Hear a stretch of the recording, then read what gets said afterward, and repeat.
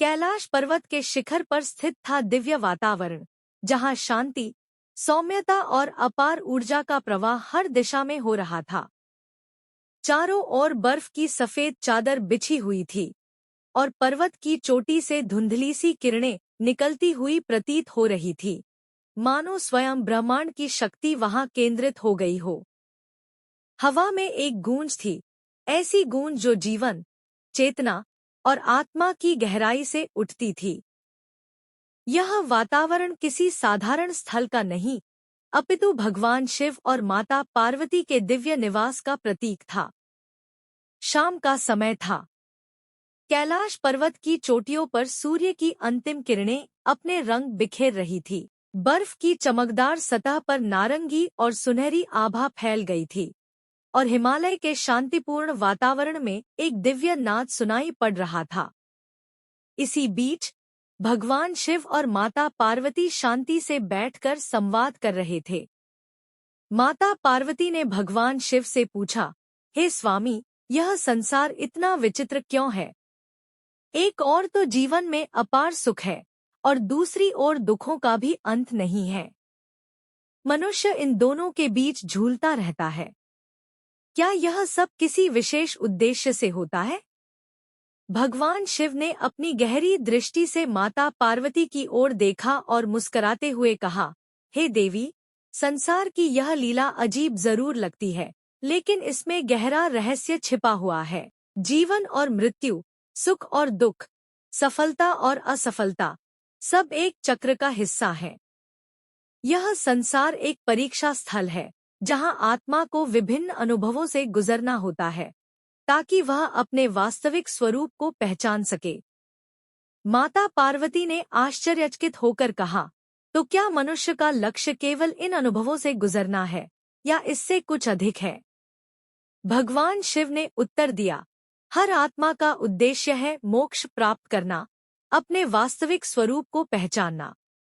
यह संसार माया का खेल है और माया हमें इस भ्रम में डालती है कि सुख और दुख स्थायी है। लेकिन जो इस माया को पहचान लेता है, वह अपने अंदर की अनंत शांति और आनंद को महसूस करने लगता है। यही वास्तविक सत्य है। माता पार्वती ने गहन विचार करते हुए पूछा, लेकिन हे प्रभु, क्या सभी मनुष्य इस सत्य को जान पाते हैं? भगवान शिव ने गंभीरता से उत्तर दिया, हर आत्मा में यह क्षमता है, लेकिन यह उस पर निर्भर करता है कि वह कब जागृत होती है। कुछ जल्दी इस मार्ग पर आ जाते हैं, तो कुछ को अनेक जन्मों का समय लगता है, लेकिन अंततः सभी को यह सत्य प्राप्त होता है। इसलिए हमें धैर्य और करुणा के साथ इस संसार में अपनी भूमिका निभानी चाहिए। माता पार्वती ने एक शांत मुस्कान के साथ भगवान शिव के शब्दों को आत्मसात किया। कैलाश पर्वत के शांत और पवित्र वातावरण में यह संवाद न केवल एक दार्शनिक चर्चा थी, बल्कि आत्मा के गहरे रहस्यों को उजागर करने वाला एक महत्वपूर्ण मार्गदर्शन भी था। कैलाश पर्वत, जो कि हिंदू धर्म में पवित्र और दिव्य स्थान माना जाता है, भगवान शिव का निवास स्थल है। इस पर्वत का वातावरण अत्यंत शांत, पवित्र और आध्यात्मिक होता है। ऊंचाई पर स्थित यह स्थान बर्फ से ढका हुआ है और यहाँ की हवाएं शीतल और निर्मल होती हैं। दूर दूर तक फैली बर्फ की सफेद चादर, विशाल पर्वत श्रृंखलाएं और घने बादल इस स्थान को एक दिव्य आभा प्रदान करते हैं। कैलाश पर्वत पर समय जैसे ठहर जाता है और यहाँ की शांति में ध्यान मग्न होने से एक अनूठी अनुभूति होती है। कहानी शुरू होती है भगवान शिव और माता पार्वती के संवाद से, जो कैलाश पर्वत के उच्च शिखर पर विराजमान है। भगवान शिव ध्यान में लीन है और माता पार्वती उनके निकट बैठी हैं। पार्वती जी भगवान शिव से प्रश्न करती हैं, माता पार्वती, प्रभु, यह कैलाश पर्वत इतना शांत और दिव्य क्यों है? यहाँ का वातावरण इतना अद्भुत क्यों है कि यहाँ आने मात्र से मन शांत और स्थिर हो जाता है? भगवान शिव मुस्कुराते हुए, हे पार्वती, यह कैलाश पर्वत केवल एक भौतिक स्थान नहीं है। यह आत्मा की शांति और मोक्ष का प्रतीक है। यहाँ की शांति और पवित्रता आत्मज्ञान की ओर ले जाती है। कैलाश पर्वत का यह दिव्य वातावरण सभी जीवों को उनके भीतर की शांति की ओर आकर्षित करता है। यह स्थान संपूर्ण सृष्टि की ऊर्जा का केंद्र है और जो भी यहाँ आता है वह इस ऊर्जा से अभिभूत हो जाता है। माता पार्वती, प्रभु, इस पर्वत के महत्व को समझते हुए भी मनुष्य इस शांति का अनुभव करने में असमर्थ क्यों रहते हैं? भगवान शिव, पार्वती, यह प्रश्न अत्यंत महत्वपूर्ण है। मनुष्य अपने मन की अशांत लहरों के कारण इस दिव्यता को पूरी तरह से अनुभव नहीं कर पाता। जब तक मन में वासनाएं, इच्छाएं और मोह की बाधाएं होती हैं, तब तक वह इस शांति और दिव्यता को ग्रहण नहीं कर पाता। जैसे जल में लहरें उत्पन्न होती हैं, वैसे ही मन की अशांति उसे इस परम शांति से दूर कर देती है। माता पार्वती, तो क्या साधना और ध्यान ही इसका समाधान है, प्रभु? भगवान शिव, हाँ, साधना, ध्यान और आत्मनिरीक्षण के माध्यम से मनुष्य अपने मन की अशांति को समाप्त कर सकता है। जब मन शांत और स्थिर हो जाता है, तब उसे कैलाश पर्वत का वास्तविक अनुभव होता है। यह पर्वत केवल भौतिक रूप से नहीं, बल्कि आध्यात्मिक रूप से भी महत्वपूर्ण है। यहाँ ध्यान करना आत्मा की उन्नति का मार्ग है। माता पार्वती, प्रभु, आपने सदा मेरे सभी प्रश्नों का समाधान किया है। यह स्थान, यह वातावरण हमें अनंत शांति प्रदान करता है। क्या यह संभव है कि हर व्यक्ति अपने भीतर कैलाश जैसा शांति स्थल बना सके? भगवान शिव, निस्संदेह, पार्वती, हर व्यक्ति के भीतर कैलाश की शांति बसती है। जब मनुष्य अपने भीतर झांकता है, जब वह अपने भीतर की आवाज को सुनता है और ध्यान में लीन होता है, तो उसे अपने भीतर कैलाश का अनुभव होता है। बाहरी संसार की शांति और दिव्यता तभी प्राप्त हो सकती है जब हम अपने भीतर शांति और समर्पण का भाव जागृत करते हैं। इस संवाद के बाद माता पार्वती और भगवान शिव दोनों ध्यान में लीन हो जाते हैं। उनके चारों ओर कैलाश पर्वत की ठंडी हवाएं चल रही हैं और वातावरण में एक अद्भुत दिव्य शांति व्याप्त हो जाती है। यह शांति केवल एक स्थान की नहीं, बल्कि आत्मा की शांति का प्रतीक है। भगवान शिव और माता पार्वती का यह संवाद हमें यह सिखाता है कि शांति और मोक्ष केवल बाहरी संसार में नहीं, बल्कि हमारे भीतर ही निहित है। कैलाश पर्वत का यह वातावरण हमें यह स्मरण दिलाता है कि जीवन की अशांति के बीच भी हमें अपने भीतर की शांति को खोजने का प्रयास करना चाहिए। यह दिव्य स्थान हमें ध्यान, साधना और आत्मनिरीक्षण के मार्ग पर चलने की प्रेरणा देता है, ताकि हम भी अपने जीवन में इस शांति का अनुभव कर सकें। कथा, शिवजी का वरदान। किसी समय की बात है, एक छोटे से गांव में रमेश नाम का एक युवक रहता था। वह मेहनती और धार्मिक था, लेकिन उसे अपने जीवन में बहुत कठिनाइयों का सामना करना पड़ रहा था। उसकी सारी कोशिशों के बावजूद उसे कोई सफलता नहीं मिल रही थी। उसके खेत सूख रहे थे और उसकी आर्थिक स्थिति खराब हो गई थी। उसकी पत्नी और बच्चे भूख से तड़प रहे थे। एक दिन उसने फैसला किया कि वह भगवान शिव की तपस्या करेगा और उनसे वरदान प्राप्त करेगा। उसने शिवजी का स्मरण किया और उनके एकांत में बैठकर कठिन तपस्या करने लगा। वह निरंतर ओम नमः शिवाय का जाप करता रहा। उसकी तपस्या इतनी कठोर थी कि देवताओं के लोक में हलचल मच गई।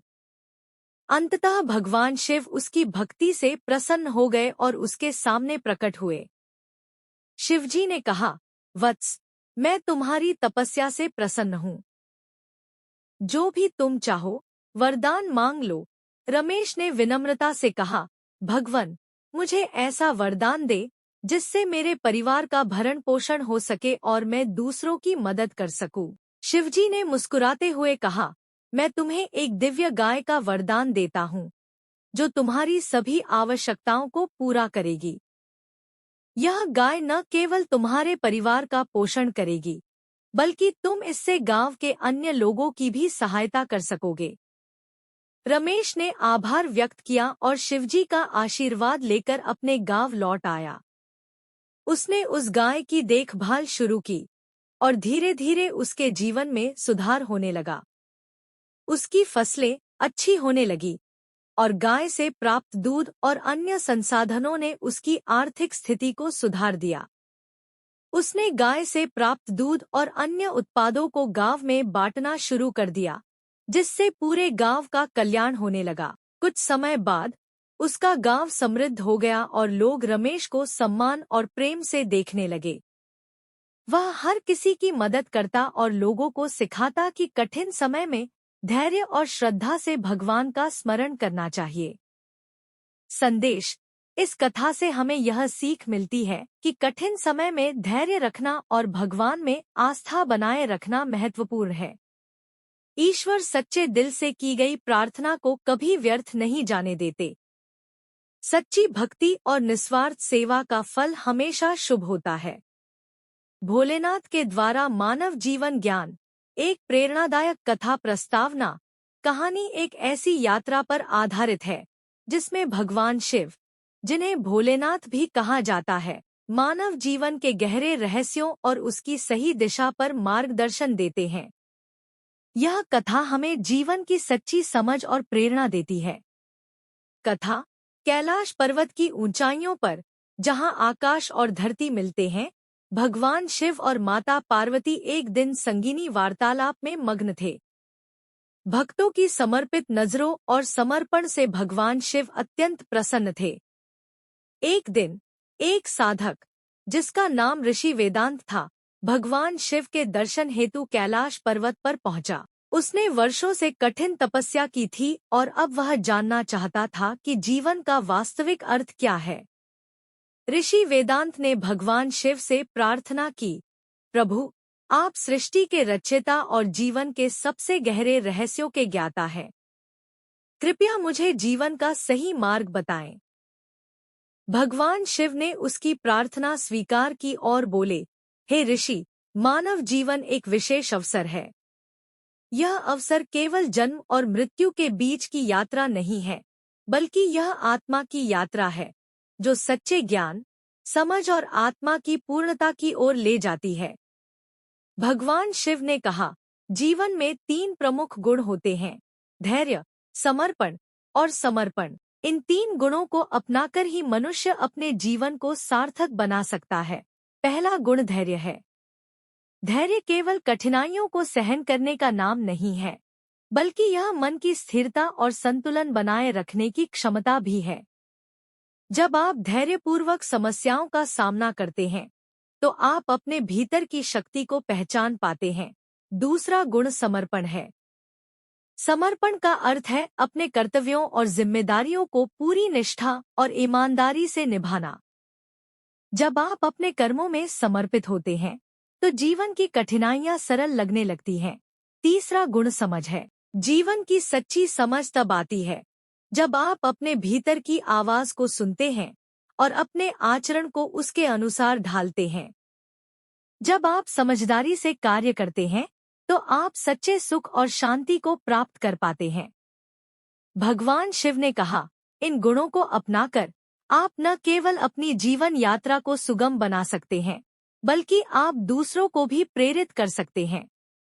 जीवन में सबसे महत्वपूर्ण चीज है आत्मा का सच्चा ज्ञान और उसे प्राप्त करने का मार्ग है धैर्य, समर्पण और समझ।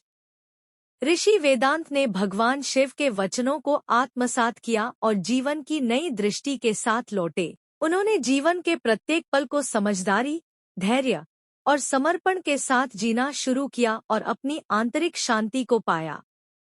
संदेश: भगवान शिव की यह कथा हमें सिखाती है कि जीवन में सफलता और संतोष प्राप्त करने के लिए धैर्य, समर्पण और समझ महत्वपूर्ण है। जब हम इन गुणों को अपने जीवन में अपनाते हैं, तो हम न केवल अपनी आत्मा की सच्ची यात्रा पर निकलते हैं, बल्कि दूसरों के लिए भी प्रेरणा बनते हैं। जीवन की जटिलताओं का सामना एक सच्ची समझ और गहरी आस्था के साथ करना ही सच्ची सफलता है। कथा: एक समय की बात है कैलाश पर्वत पर भगवान शिव और माता पार्वती अपने दिव्य निवास में आनंदमय जीवन व्यतीत कर रहे थे। एक दिन भगवान शिव ने देखा कि उनके भक्त बहुत से समस्याओं और कठिनाइयों का सामना कर रहे हैं। उनके दिल में यह भावना आई कि उन्हें मानव जीवन को बेहतर समझने और उसके ज्ञान को साझा करने का प्रयास करना चाहिए। भगवान शिव ने माता पार्वती से कहा, प्रिय, मैं चाहता हूँ कि मैं मानव जीवन को एक नई दृष्टि से समझाऊं और उन्हें जीवन के महत्वपूर्ण पहलुओं को सिखाऊं। माता पार्वती ने कहा, आपके इस कार्य से निश्चित ही मानवता को लाभ होगा। मैं आपके साथ हूँ। इस प्रकार भगवान शिव ने एक दिव्य सभा का आयोजन किया जिसमें सभी देवता और ऋषिमुनि शामिल हुए। उन्होंने मानव जीवन के ज्ञान को साझा करने का निर्णय लिया। भगवान शिव ने सभा को संबोधित करते हुए कहा, प्रिय सभी, मानव जीवन एक अनमोल उपहार है, परंतु इसके साथ कई चुनौतियां और कठिनाइयां भी आती हैं। मैं चाहता हूं कि आप कुछ महत्वपूर्ण बातें जानें जो आपके जीवन को सफल और सुखमय बना सकती हैं। एक, जीवन की अस्थिरता को समझें। मनुष्य का जीवन हमेशा अस्थिर होता है। सुख और दुख, सफलता और विफलता, ये सब समय के अनुसार बदलते रहते हैं। इस अस्थिरता को समझकर हमें जीवन के प्रति अपने दृष्टिकोण को संतुलित रखना चाहिए। 2, समर्पण और धैर्य। सच्ची सफलता और शांति केवल समर्पण और धैर्य से ही प्राप्त होती है। कठिन परिस्थितियों का सामना धैर्यपूर्वक करें और अपने कर्मों में पूरा समर्पण रखें। 3, स्वाध्याय और आत्मविश्लेषण। अपनी आत्मा और अपने कर्मों का विश्लेषण करें। स्वाध्याय से आत्मज्ञान प्राप्त होता है, जो हमें सही दिशा और मार्ग दिखाता है। 4, दूसरों की सहायता और सहयोग। जीवन में हमें केवल अपने लिए नहीं, बल्कि दूसरों के लिए भी जीना चाहिए। दूसरों की सहायता और सहयोग से ही हम सच्चे सुख का अनुभव कर सकते हैं। 5, समर्पण और भक्ति।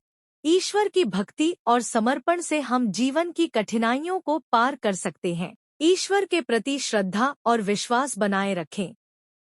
भगवान शिव ने अंत में कहा, इन शिक्षाओं को अपने जीवन में अपनाकर आप एक सुखमय और सफल जीवन जी सकते हैं।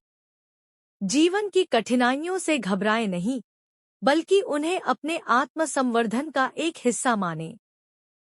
सभा समाप्त होने के बाद सभी देवताओं और ऋषियों ने भगवान शिव के ज्ञान की सराहना की और इसे मानवता के लाभ के लिए साझा करने का संकल्प लिया। संदेश।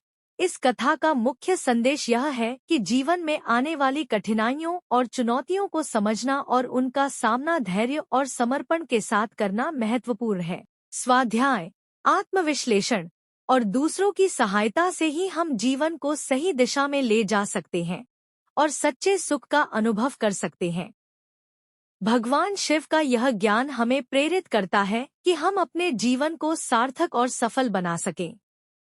एक समय की बात है, कैलाश पर्वत पर भगवान शिव, भोलेनाथ और माता पार्वती निवास कर रहे थे।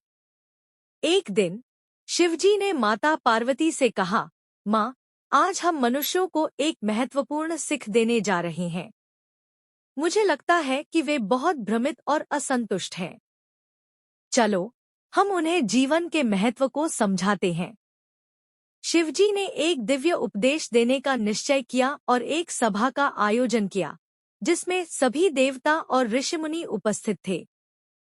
शिवजी ने सभा को संबोधित करते हुए कहा, प्रिय भक्तों, मानव जीवन का उद्देश्य क्या है, यह समझना अत्यंत महत्वपूर्ण है। जीवन में सफल और सुखी रहने के लिए हमें कुछ मूलभूत सीखों को समझना और अपनाना चाहिए। शिवजी ने कहा, सबसे पहली बात, जीवन में शांति और संतोष को प्राप्त करना सबसे महत्वपूर्ण है।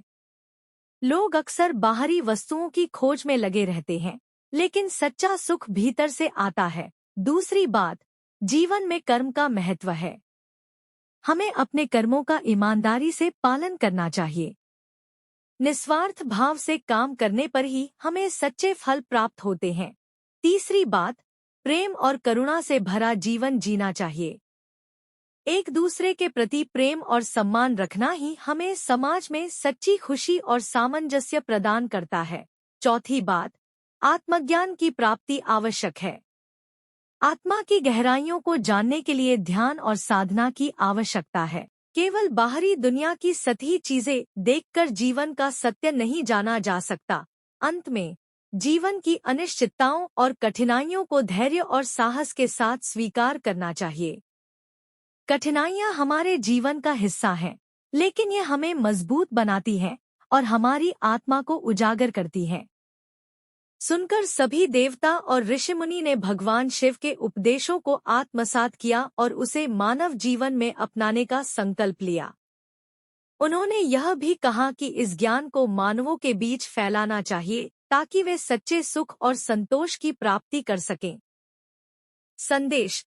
कहानी का मुख्य संदेश यह है कि जीवन में शांति, कर्म, प्रेम, आत्मज्ञान और धैर्य को महत्व देना चाहिए। भगवान शिव का उपदेश हमें यह सिखाता है कि बाहरी वस्तुओं की खोज से ज्यादा महत्वपूर्ण है अपने भीतर की शांति और संतोष को प्राप्त करना।